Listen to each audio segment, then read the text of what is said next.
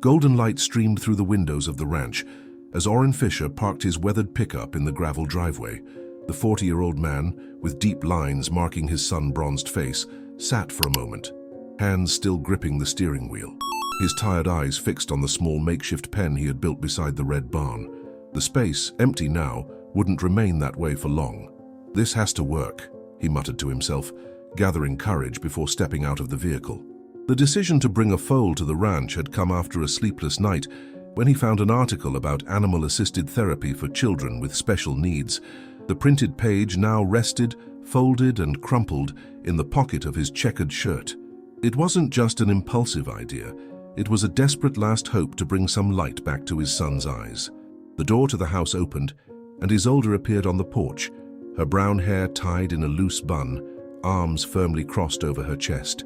Orrin knew that posture, a mixture of concern and disapproval that his wife had perfected over the last 5 years, since Dorian's birth. "You really did it," she said, not as a question but as a statement, as her eyes drifted to the empty trailer attached to the pickup. "The breeder's bringing him early tomorrow," Orrin replied, climbing the worn porch steps. "Needed to prepare the space first." The silence between them weighed heavier than the Montana mountains in the background. There was so much to say, so many unspoken concerns, so many unadmitted hopes. "Is Dorian sleeping?" he finally asked, breaking the silence. Isolde nodded, her face softening slightly. "Just dozed off. The physical therapy session wore him out today." Orrin moved past her, gently brushing her shoulder in the process, a small gesture that served as both a request for permission and an apology. Inside the house, the air smelled of freshly baked bread and the lavender oil Isolde used to calm Dorian.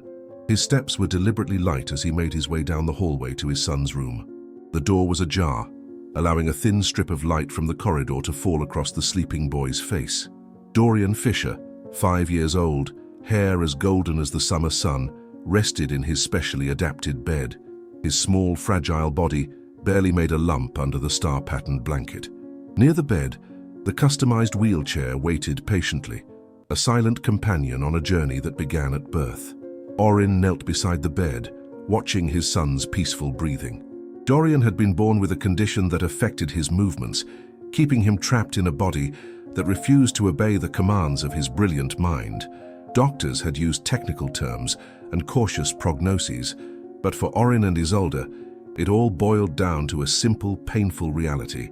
Their son had never known the freedom to run across fields, to climb trees, to simply walk unassisted. "I have a present for you, champ," Orrin whispered, adjusting the blanket. "Something special, something that might change things." Returning to the kitchen, he found Isolde sitting at the table, her hands wrapped around a mug of tea as if seeking warmth on a winter night, despite the warm summer air coming through the open windows. "What if this doesn't work?" she asked, her voice barely above a whisper. "What if it's just another disappointment for him? For all of us?" Orrin sat across from her, his calloused hands finding hers on the table. "What if it does?" he answered simply. The next morning, the sound of tires on gravel woke the family before sunrise. Orrin was already up, having spent most of the night finalizing preparations in the small pen. Isolde was making pancakes, Dorian's favorite breakfast, trying to maintain a normal routine on a day that promised to be anything but ordinary. The breeder, a short man with a thick mustache and hands that told stories of decades handling horses, parked his trailer carefully. Orrin went out to meet him, his heart hammering against his ribs. "Mr. Fisher," the man greeted with a nod. "I've brought the special young fellow we picked out." Together they opened the trailer's back ramp.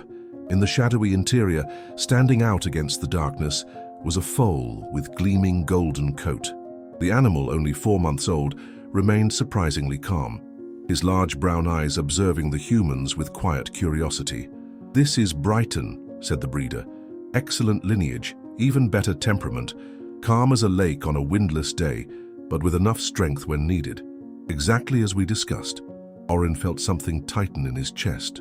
Among all the foals he had seen the previous week, this one had immediately captured his attention, not for his build or beauty, though he had both, but for something in his eyes, a presence, a patience, a wisdom that seemed far beyond his years. With careful movements, they guided Brighton out of the trailer. The foal stepped onto the ranch soil for the first time, his delicate hooves testing the new terrain. His head rose, nostrils flaring as he absorbed the sense of what would be his new home. That's when Orin heard it, the soft sound of wheels on the wooden porch. Turning, he saw Isolde pushing Dorian's wheelchair out of the house. The boy was properly dressed, his hair combed, but his eyes still showed traces of sleep, that is, until his gaze found the golden foal standing in the center of the property. Time seemed to freeze. The boy and the foal observed each other across the distance, as if at that moment, nothing else existed in the world beyond the two of them. Dorian's eyes, usually distant, focused with an intensity that Orin had rarely witnessed. His small fingers tightened on the wheelchair's armrests. Daddy? Dorian's voice, rarely used, broke the silence like a stone breaking the surface of a calm lake. "He's for you, son," Orin replied, his own voice trembling with emotion. "His name is Brighton." No one noticed when the breeder discreetly got into his vehicle and departed, leaving the family in that sacred moment of first encounter. No one noticed the first light of dawn coloring the distant mountains. The world had reduced itself to that silent connection between a boy trapped in his own body and a young foal with a golden coat, both at the beginning of a journey neither could foresee. The initial days were marked by cautious discoveries. Brighton was settled in the small pen beside the barn, with a simple cover protecting him from the sun and occasional rain. Orin dedicated himself to creating a routine for the foal, faithfully following the detailed instructions the breeder had left, while Isolde alternated between helping with the animal's care and keeping a watchful eye on Dorian. At first, the boy only observed Brighton from the porch, his eyes following each movement of the foal with silent fascination. Orin would bring him outside every morning, positioning his wheelchair strategically for the best possible view. During these observation sessions, Dorian remained exceptionally quiet, his attention completely captured by the ranch's new resident. On the third day during breakfast, Dorian surprised his parents. "I want to go closer," he announced, his voice small but determined as he pushed away his plate of half-eaten pancakes. Isolde and Orin exchanged looks of surprise. Dorian rarely asked for anything, accepting his limited routine with a resignation that broke his parents' hearts.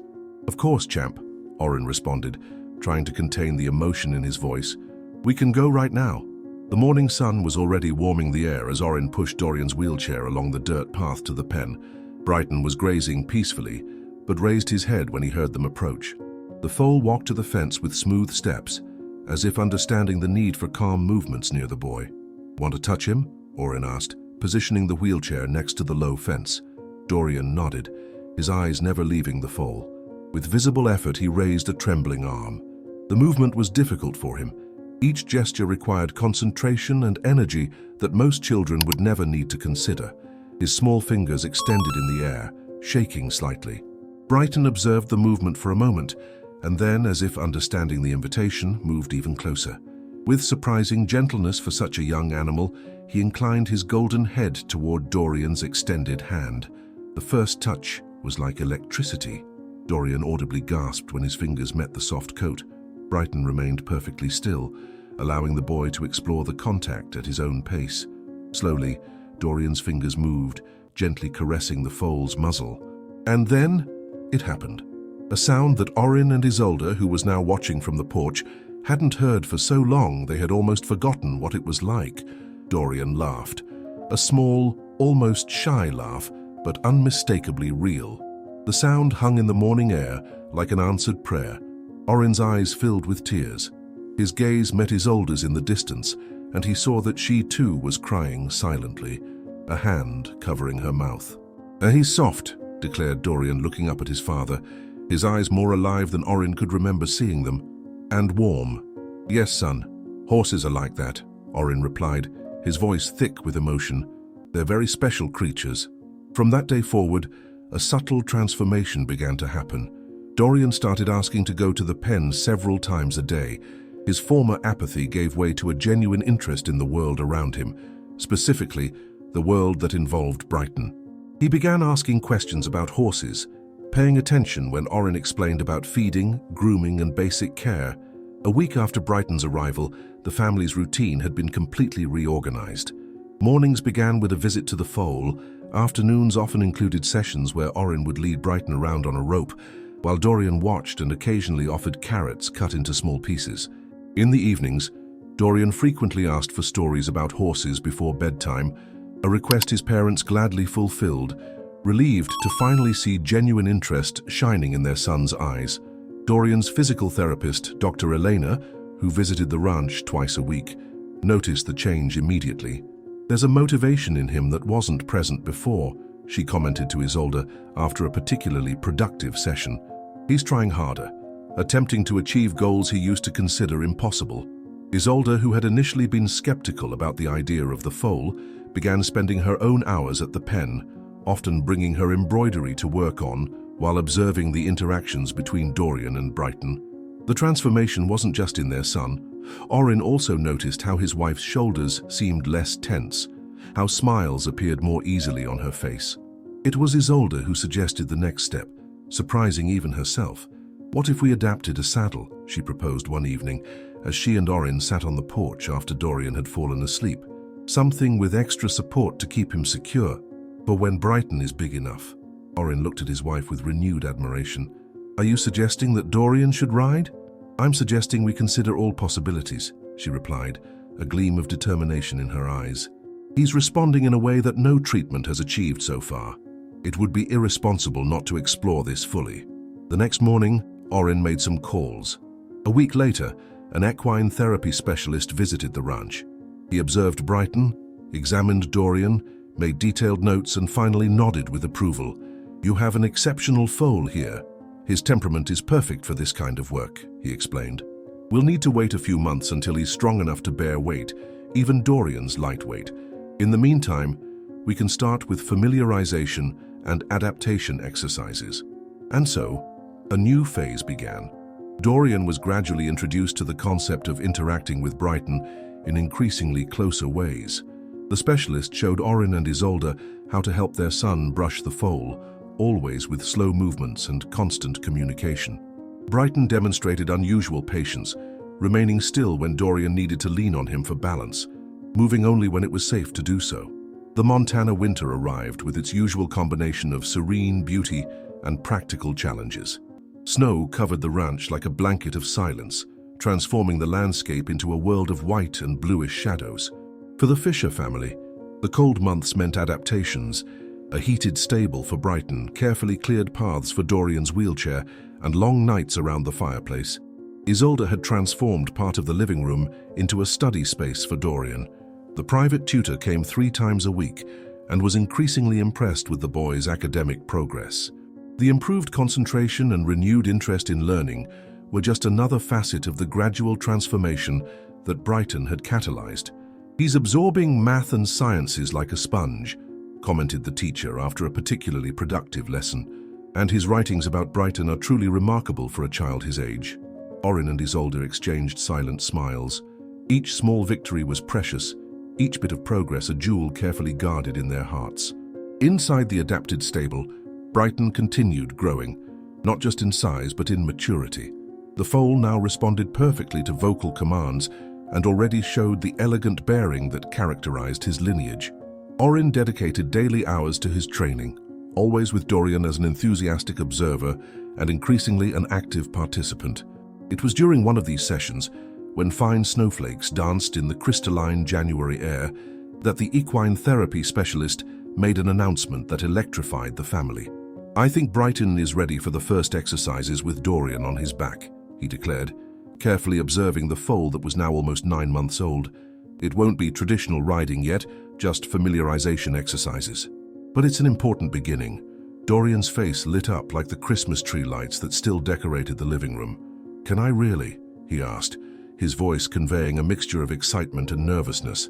"With the proper equipment and constant supervision," replied the specialist. "Brighton has demonstrated exceptional stability for such a young foal. And you, young man, have been working hard on your exercises." The first time Dorian was placed on Brighton's back was a moment none of the family members would ever forget. The boy, dressed in layers of warm clothes against the February cold, trembled slightly, not from fear but from pure emotion. His small fingers found Brighton's golden mane, gently grasping. I'm high up," he whispered in wonder, an incredulous smile spreading across his face. Brighton remained perfectly still, as if understanding the importance of the moment and the need for complete trust. Only his ear occasionally moved in Dorian's direction, catching the sound of his breathing and his soft words. "How does it feel, son?" asked Orin, one hand firmly supporting Dorian's back, while closely watching for any sign of discomfort or fear. I feel like I could go anywhere," replied Dorian, his bright eyes fixed on the world he now saw from a completely new perspective. As winter gradually gave way to the first promises of spring, the sessions extended. Brighton now walked slowly in small circles with Dorian on his back, always under the watchful supervision of adults. The support equipment was gradually reduced as the boy's strength and balance improved. The transformation wasn't just physical. Dorian, previously so withdrawn and resigned, now talked animatedly about his days with Brighton during meals. He made plans for the future, imagined adventures, created stories where he and his equine friend explored distant mountains and secret valleys. "When we're big, Brighton and I will go to those mountains," he declared one night, pointing out the kitchen window to the distant peaks, partially illuminated by moonlight. "We'll discover what's on the other side." Isolde, who was stirring a pot of stew on the stove, froze for a moment, sudden tears blurring her vision. It wasn't just the innocent ambition of a child that moved her. It was the fact that, for the first time, Dorian was talking about when we're big, as if he could finally imagine a future beyond the limitations life had imposed on him. Spring fully arrived in Montana, bringing with it explosions of green and wildflowers coloring the pastures. Brighton, now almost a full year old, had grown considerably. His juvenile body was beginning to show the contours of the magnificent horse he would be in maturity. With the milder weather, the sessions were transferred outdoors. The equine therapy specialist, satisfied with the progress, began working on more complex exercises. Dorian could now sit more upright on Brighton, relying less on the special harness and more on his newly developed strength. It was on a particularly glorious May afternoon that Isolde, who was observing a session while working on her embroidery at the fence, noticed something extraordinary. Dorian was on Brighton as usual, but his feet, which had previously hung limply in the adapted stirrups, were now moving slightly, as if trying to imitate the natural rhythm of the horse's steps. She held her breath, not wanting to draw attention to what might be just her hopeful imagination. But then Orin, who was walking beside his son, also noticed. His eyes met Isolde's across the enclosure, a silent question between them. Dr. Elena arrived the next morning, her pickup raising a small cloud of dust on the road leading to the ranch.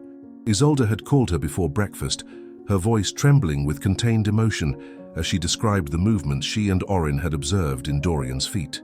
"I don't want to create false hopes," the therapist warned, as she prepared her equipment in the room converted into a therapy space. "Reflex movements can sometimes appear voluntary, especially in response to rhythmic stimuli like a horse's gait." Orin and Isolde nodded, trying to control their expectations. Dorian, sitting in his wheelchair, watched with curiosity, not fully understanding why his normal session had been altered or why his parents seemed simultaneously anxious and fearful. Dr. Eleanor spent the next hour conducting a series of meticulous tests. She checked reflexes, muscle response, sensitivity, and coordination. She worked with Dorian on the special mat, then in the chair, finally asking to see him with Brighton. In the small outdoor enclosure, under the gentle morning sun, Brighton waited patiently as Dorian was positioned on his back. Today, with his parents' permission, Dr. Elena significantly reduced the support equipment, wanting to observe Dorian's body respond naturally to the horse's movement. "Let's try something different today, Dorian," she explained, adjusting the boy's position. "I want you to close your eyes and just feel Brighton's movement. Don't try to do anything, just feel." Dorian obeyed, closing his eyes as Orin guided Brighton in a slow circle. The therapist watched closely, occasionally lightly touching the boy's legs, assessing muscle tone and response. After several minutes, she asked them to stop. With a look at Orin and Isolde that they couldn't decipher, Dr. Eleanor turned to Dorian. "Now, I want you to imagine that your legs are moving with Brighton. Don't try to move them for real, just imagine." When Brighton began to move again, something extraordinary happened. Dorian's feet began to move in sync with the horse's steps, subtly at first, then with more clarity. These weren't random spasms, there was a pattern, an intention. "I can feel it, Dr. Elena," Dorian suddenly exclaimed, his eyes still closed, his hands firmly gripping the mane. "I can feel my legs." Isolde brought a hand to her mouth, silent tears streaming down her face. Orin squeezed the therapist's forearm, an unformulated question in his eyes. "It's a phenomenon we've observed in similar cases," explained Dr. Elena, her professional voice barely disguising her own enthusiasm. "The rhythmic movement of the horse can, in some cases, stimulate dormant neural pathways. It's not magic, it's science. Dorian's body is remembering movement patterns that were always there, just inaccessible." When Dorian was finally taken off Brighton's back, Dr. Eleanor did another series of tests. To everyone's amazement, the boy was able to voluntarily move his toes. A small trembling movement, but unmistakably intentional. Is this possible?" whispered Isolde, between joyful laughs and tears. "With Brighton at this moment, yes, it's possible," replied the therapist. "I can't promise miracles, but what we're seeing is a path. We'll need to work hard, consistently, with patience. But there's a path where before we saw none." During the following weeks, a new intensive routine was implemented. The sessions with Brighton were carefully structured to maximize therapeutic benefits, alternated with conventional exercises modified by Dr. Elena to take advantage of the new possibilities that were opening up. Progress wasn't linear. There were frustrating days when Dorian's body seemed to regress, when the neural connections seemed to hide again in obscurity. On these days, Brighton proved his worth in unexpected ways, remaining extraordinarily calm when Dorian cried in frustration, seeming to intuit when it was time to work and when it was just time to be a silent friend. But there were also days of surprising advances. The first moment when Dorian managed to bear weight on his legs for a few seconds, supported between his father and the therapist. The first time he took a voluntary step, tiny and trembling, but complete. The day when, sitting on Brighton, he managed to consciously control the position of his feet in the adapted stirrups. Summer arrived in its full glory in Montana, bringing long, sunny days and warm nights filled with fireflies. Brighton had completed his first year, maturing into a young horse of impressive bearing, but maintaining the gentleness and patience that had made him so special. On a particularly glorious July morning, while dew still sparkled on the tall grass, the Fisher family gathered in the small enclosure for what Dr. Elena had described as an important symbolic moment in Dorian's recovery process. The boy, now almost 6 years old, would be placed on Brighton using the minimum external support so far. More importantly, after months of careful preparation, he would try to guide Brighton by himself for the first time, a demonstration of both his growing strength and control and the absolute trust that had developed between them. "Nervous, champ?" asked Orin, as he adjusted the light bands that still offered security, but allowed much more movement than the previous apparatus. "No," replied Dorian with a simplicity that surprised everyone. "Brighton will take care of me, and I'll take care of him." The session began. With a smoothness born of months of practice, Brighton responded to Dorian's gentle commands, a light pressure from the knees, a subtle touch on the specially adapted reins. Together, boy and horse traced slow figures in the enclosure, each step a demonstration of mutual trust and silent communication. Suddenly, Dorian asked for something that wasn't in the plans. "Can I take Brighton to the small hill? Just there and back." The hill in question was just a gentle elevation on the ranch grounds, perhaps 100 meters from the enclosure. Orin looked at Dr. Elena, who hesitated only for a moment before nodding. "We'll be by your side the whole time," Orin replied, trying to keep his voice calm despite his racing heart. When the enclosure gates were opened, there was a moment of collective tension. It was the first time Dorian and Brighton would venture out together into a truly open space. The young horse hesitated briefly, sensing the change in dynamics, but then Dorian leaned slightly forward and whispered something in his ear. Brighton immediately relaxed, taking the first step into the wider world. The small procession advanced slowly. Dorian on Brighton, Orin and Dr. Eleanor walking on each side, Isolde following a few steps behind, one hand over her heart. The climb was gentle, but for Dorian, who had spent his entire life limited to flat, safe spaces, it was like climbing a mountain. When they reached the top of the small hill, Dorian asked everyone to stop. Brighton stood perfectly still, as if understanding the significance of the moment. From this vantage point, the entire ranch was visible. The red barn, the house with its wraparound porch, the distant fence line where the property met the wild Montana landscape. "Look, Dad," Dorian said, his voice filled with wonder. "I can see everything from up here. I can see the whole world." Orin swallowed hard, unable to speak past the lump in his throat. It wasn't just the panoramic view that moved him. It was seeing his son sitting tall, his back straighter than ever before, his eyes bright with a newfound confidence. "What do you think, buddy?" Dr. Elena asked, professionally assessing his posture while emotionally sharing in the triumph. Dorian was quiet for a long moment, his small hand gently stroking Brighton's gleaming neck. When he finally spoke, his words carried a wisdom far beyond his years. "I think," he said slowly, "that sometimes you need someone else's legs before you can find your own." On the way back down the hill, with the morning sun now high in the Montana sky, Dorian did something that no one expected. With a confidence that seemed to come from some deep, previously untapped reservoir of strength, he guided Brighton in a slight detour, not back to the enclosure, but toward the front porch of the house. When they reached the bottom of the ramp that Orin had built for Dorian's wheelchair, the boy turned to his father with determination in his eyes. "I want to try something, Dad. Just help me down, please."